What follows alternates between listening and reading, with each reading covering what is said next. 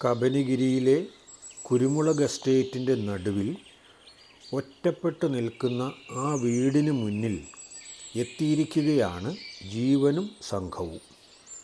GPS പ്രകാരം കാണിച്ച location ശരി തന്നെയാണ്. പക്ഷേ വാതിലുകളെല്ലാം പൂട്ടിയതുപോലെയാണല്ലോ തോന്നുന്നത്. എന്നിട്ടും സത്യം അകത്താണെന്ന് അവർ വിശ്വസിക്കുന്നു. ഇനി നമുക്ക് കേൾക്കാം കൊലയാളി ഭാഗം 93. എസ്റ്റേറ്റിൻ്റെ നടുവിൽ മൂകമായി നിൽക്കുന്ന കെട്ടിടം. ഇനി എന്തെല്ലാം രഹസ്യങ്ങളാണ് പറയാൻ പോകുന്നത്? എന്തെങ്കിലും പറയാൻ കാണും, നോക്കാം. ഇനി എന്തെങ്കിലും പറയണമെങ്കിൽ തന്നെ അവിടെ വരെ എത്തണമല്ലോ. നല്ലൊരു ദൂരം കാൽനടയായി യാത്ര ചെയ്താൽ മാത്രമേ അവിടെ ചെല്ലാൻ കഴിയുകയുള്ളൂ. ഏതെങ്കിലും വാഹനം അതുവഴി പോയതായി അടയാളമുണ്ടോ എന്ന് സൂക്ഷ്മമായി നിരീക്ഷിച്ചുകൊണ്ടാണ് അവർ നടന്നത്. എങ്കിലും അവരുടെ പ്രതീക്ഷ അസ്ഥാനത്താവുകയാണ് ചെയ്തത്.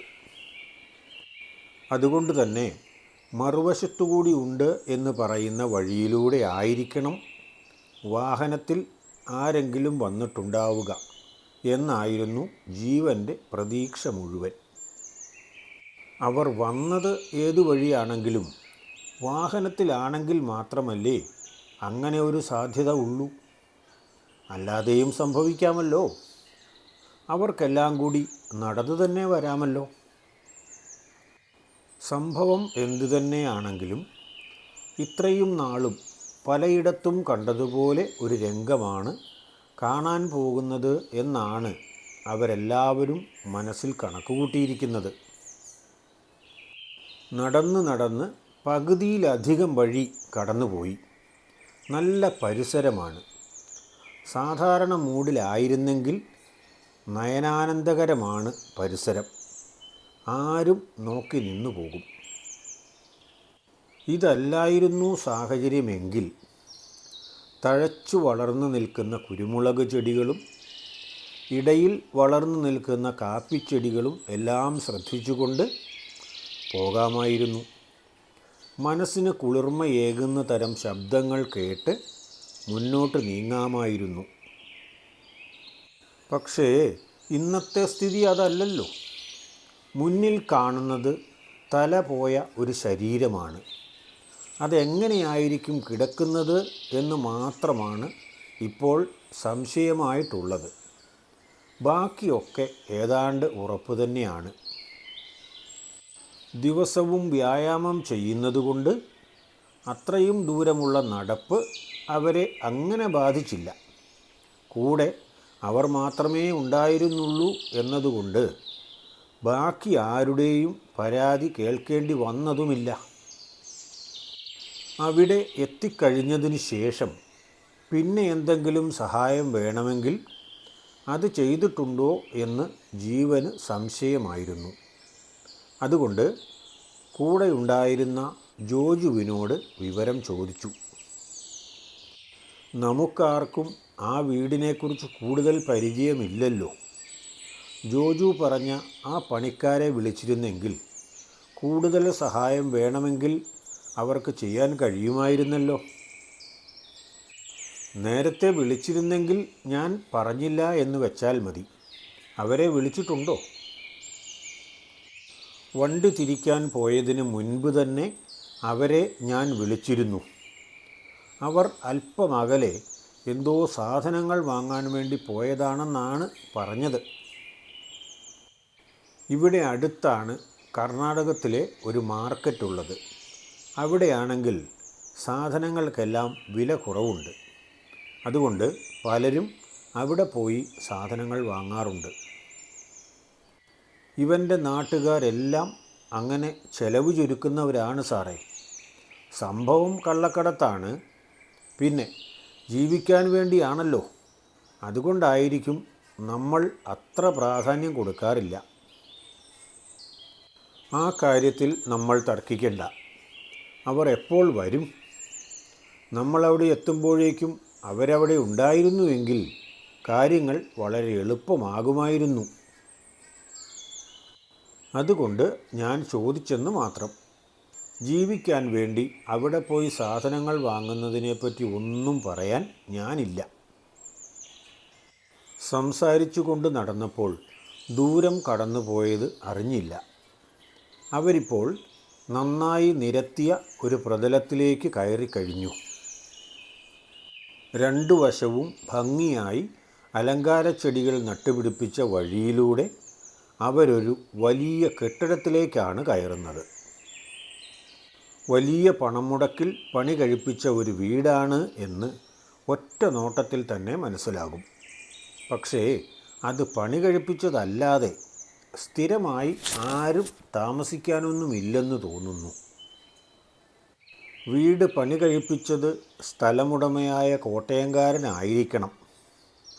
അയാൾ നാട്ടിൽ നിന്നും അവിടെ വരുന്നത് ആകെ 1-2 തവണയാണെന്നാണല്ലോ പറഞ്ഞു കേട്ടത്. അത്രയും ദിവസം താമസിക്കാൻ വേണ്ടി ആയിരിക്കുമോ ഇത്ര വലിയ വീട് പണിതത്? കർഷകരായ മുതലാളിമാർ വീട് പണിയുന്നത് 2 ഉദ്ദേശത്തിലാണ്. ഒന്ന് താമസത്തിനു വേണ്ടി, മറ്റൊന്ന് സാധനങ്ങളും മറ്റും സൂക്ഷിക്കുന്നതിനു വേണ്ടി. ഇപ്പോൾ അവർ വിശാലമായ മുറ്റം കടന്ന് വീടിൻ്റെ മുൻവശത്തെ വാതിലിനടുത്തേക്ക് എത്താറായി.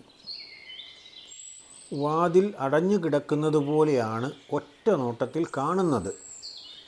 ആരും താമസമില്ലാത്ത വീടിൻ്റെ വാതിൽ സാധാരണ തുറന്നിടുകയില്ലല്ലോ. എന്നാലും ലൊക്കേഷൻ പ്രകാരം കിട്ടിയത് ഈ വീടായതുകൊണ്ട് ഇതിൻ്റെ വാതിൽ തുറന്നു കിടക്കുന്നതായി അവർ പ്രതീക്ഷിച്ചിരുന്നു. എന്നാൽ ആ പ്രതീക്ഷ ഇപ്പോൾ അസ്ഥാനത്തായിട്ടുണ്ട്. തങ്ങളുടെ സംശയം ശരിയാകണമെങ്കിൽ അടുത്ത ദിവസങ്ങളിലെങ്ങാനും അത് തുറന്നിട്ടുണ്ടായിരിക്കണം. അടുത്ത് ചെന്ന് നോക്കിയാൽ മാത്രമേ ആ കാര്യം അറിയാൻ കഴിയുകയുള്ളൂ. അതുകൊണ്ടവർ വാതിലിന് നേരെ നടന്നു. വാതിലിനടുത്തേക്ക് പോലും അടുത്ത ദിവസങ്ങളിലെങ്ങും ആരും പോയതായി തോന്നുന്നില്ല. വാതിലിൻ്റെ പൂട്ടിനും അതിൻ്റെ ചുറ്റിലുമൊക്കെയായി മാറാല പിടിച്ചിട്ടുണ്ട്. പൂട്ട് തുറക്കണമെങ്കിൽ താക്കോലിട്ട് തിരിക്കണമല്ലോ. താക്കോൽ ഇടണമെങ്കിൽ മാറാല ഒഴിവാകാതെ പറ്റുകയുമില്ല. ഒറ്റ നോട്ടത്തിൽ തന്നെ അതാർക്കും മനസ്സിലാക്കാവുന്നതേയുള്ളൂ. അപ്പോൾ അടുത്ത ദിവസങ്ങളിൽ ആ വാതിൽ തുറന്നിട്ടില്ല. പിന്നെ അവർക്ക് എങ്ങനെ വീടിനുള്ളിൽ പ്രവേശിക്കാൻ കഴിയും? അതായിരുന്നു അടുത്ത ചോദ്യം. ജോജു പറഞ്ഞതനുസരിച്ച് വരുമെന്ന് പറഞ്ഞ നാട്ടുകാരായ പണിക്കാർ അപ്പോഴേക്കും എത്തിയിരുന്നു. ജീവൻ അവരെ പരിചയപ്പെട്ടു. നാട്ടിൽ നിന്ന് വന്ന് കബനിഗിരിയിൽ താമസമാക്കിയ ഒരു ക്രിസ്ത്യാനി കുടുംബത്തിലെ അംഗമാണ് പരിചയപ്പെട്ട ഈനാസ് ചേട്ടൻ. ചേട്ടൻ്റെ സ്ഥലവും ഈ സ്ഥലവുമായി അടുത്തടുത്താണ് എന്ന് പറഞ്ഞാൽ ഒരു അതിര്. ചേട്ടന് ആകെ 1 ഏക്കർ സ്ഥലം മാത്രമേ വാങ്ങാൻ കഴിഞ്ഞുള്ളൂ.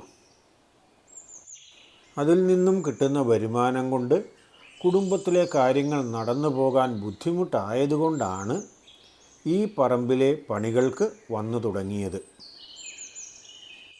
അത് കഴിഞ്ഞാണ് ഈ സ്ഥലം നാട്ടിലെ തൻ്റെ അയൽക്കാരനായ ഇരട്ടയാനിക്കിലെ തൊമ്മച്ചനെ കൊണ്ട് വാങ്ങിപ്പിച്ചത്. വാങ്ങിയതിൽ തൊമ്മച്ചന് നഷ്ടമൊന്നും സംഭവിച്ചിട്ടില്ല.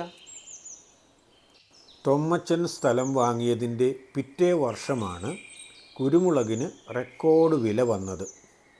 ആ വർഷം അപാര വിളവുമായിരുന്നു. മുടക്കുമുതലിൻ്റെ പകുതിയിലധികം 1 കൊല്ലം കൊണ്ട് തന്നെ കിട്ടി. പിന്നെ 1 കൊല്ലവും അത്ര മോശമൊന്നും വന്നില്ല. അത് കാരണം ഈ പറമ്പുമായി തൊമ്മച്ചനും നല്ല അടുപ്പമാണ്.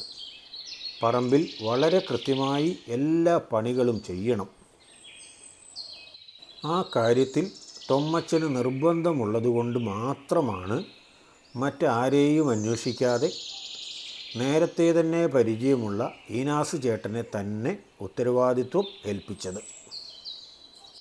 പറമ്പ് നോക്കുന്നതല്ലാതെ ഈനാസ് ചേട്ടൻ ഈ വീടിൻ്റെ കാര്യമൊന്നും ചിന്തിക്കാറില്ലേ? അതോ അതൊന്നും ഏൽപ്പിച്ചില്ലേ? വീട് ഒരു വിധത്തിലൊക്കെ ഒന്ന് വൃത്തിയാക്കി ഇടണം. അതിന് തുറക്കണമെന്നും മറ്റും ഇല്ല. അകത്തേക്ക് പൊടിയൊന്നും കയറില്ലാത്ത രീതിയിലാണ് ഇതിൻ്റെ നിർമ്മിതി. എയർ ഹോളുകൾ പോലും ഭദ്രമായി അടച്ചു വയ്ക്കാവുന്ന രീതിയിലാണ് നിർമ്മിച്ചിരിക്കുന്നതേ. തനി നാടൻ സംസാരമാണ് ഈനാസ് ചേട്ടൻ്റേത്. സംസാരം കേട്ടിരിക്കാൻ തന്നെ രസമുണ്ട്. പക്ഷേ ഇപ്പോൾ അതിന് പറ്റിയ സമയമല്ലല്ലോ. രഞ്ജിത്ത് ഈനാസ് ചേട്ടനോട് ചോദിച്ചു, മുൻവാതിലല്ലാതെ ഈ വീട്ടിലേക്ക് കയറാൻ വേറെ വാതിലുകൾ വല്ലതുമുണ്ടോ? ഉണ്ടല്ലോ, പുറകിലൊരു വാതിലുണ്ട്. അടുക്കളയിൽ നിന്നും പുറത്തേക്കിറങ്ങാൻ പാകത്തിന് ഉണ്ടാക്കിയതാണ്. പക്ഷേ അതും ഭദ്രമായി അടച്ചിട്ടാണ് പോയിരിക്കുന്നത്. തല്ലിപ്പൊളിക്കാനും തുറക്കാനും മറ്റും എളുപ്പമായിരിക്കില്ല. അകത്തു നിന്നും പുറത്തു നിന്നും വേണമെങ്കിൽ തുറക്കാവുന്ന പോലെയാണ് അതിൻ്റെ പൂട്ട്. എന്തായാലും നമ്മൾക്ക് അവിടെ വരെ പോയി നോക്കാം എന്ന് പറഞ്ഞതനുസരിച്ച് ഈനാസ് ചേട്ടൻ മുൻപിൽ നടന്നു. ജീവനും രഞ്ജിത്തും ജോജുവുമെല്ലാം പിന്നാലെയും. പുറകുവശത്ത് എത്തണമെങ്കിൽ തന്നെ കുറച്ചു ദൂരം നടക്കണം. വലിയ വീടാണല്ലോ നീ. താമസമില്ലെങ്കിലും ഈനാസ് ചേട്ടൻ്റെ കൃത്യത കാരണം മുറ്റത്തൊന്നും ഒരു കാട് പോലും പിടിച്ചിട്ടില്ല. അവർ പിന്നിലൂടെ ചെന്ന് അടുക്കളയിൽ നിന്നും പുറത്തേക്കിറങ്ങാവുന്ന വാതിലിൻ്റെ അവിടെ എത്തി. ഈനാസ് ചേട്ടൻ വാതിൽ ചൂണ്ടിക്കാണിച്ചു. കണ്ടോ, വാതിൽ പൂട്ടിയിട്ടിരിക്കുന്നത് എന്ന മട്ടിൽ. ആരെങ്കിലും വ്യാജ സന്ദേശം അയച്ചതാണോ എന്നുപോലും അല്പസമയത്തേക്ക് അവർ ചിന്തിച്ചുപോയി. എന്താണെങ്കിലും വാതിൽ ചേർന്നടഞ്ഞാണ് ഉള്ളത്. എന്നാലും ഒന്ന് തള്ളി നോക്കാം, തുറന്നെങ്കിലോ? ഒന്നുമല്ലെങ്കിലും ഇവിടെ വരെ വന്നതല്ലേ. മഹേന്ദ്രനെ കണ്ണു കാണിച്ചതനുസരിച്ച് അയാൾ മുൻപിലേക്ക് നീങ്ങിച്ചെന്ന് അടുക്കള വാതിലിൻ്റെ കൈപിടി തിരിച്ചിട്ട് ഒന്ന് തള്ളി നോക്കി. എന്തു സംഭവിച്ചു കാണും? നിങ്ങളൊന്ന് സങ്കല്പിച്ച് നോക്കിക്കേ. മഹേന്ദ്രൻ വാതിൽ തള്ളിയ നിമിഷം എന്തായിരിക്കും സംഭവിച്ചത്? വീടിനുള്ളിൽ ശരിക്കും ആരെങ്കിലും ഉണ്ടായിരുന്നോ?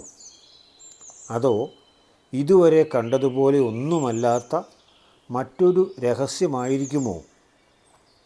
അറിയാൻ അടുത്ത ഭാഗം കേൾക്കണേ. ഇഷ്ടമായെങ്കിൽ ഒന്ന് ലൈക്ക് ചെയ്യുകയും കൂട്ടുകാർക്കൊക്കെ ഒന്ന് ഷെയർ ചെയ്ത് കൊടുക്കുകയും ചാനൽ ഒന്ന് സബ്സ്ക്രൈബ് ചെയ്യുകയും കൂടി ചെയ്തേക്കണേ.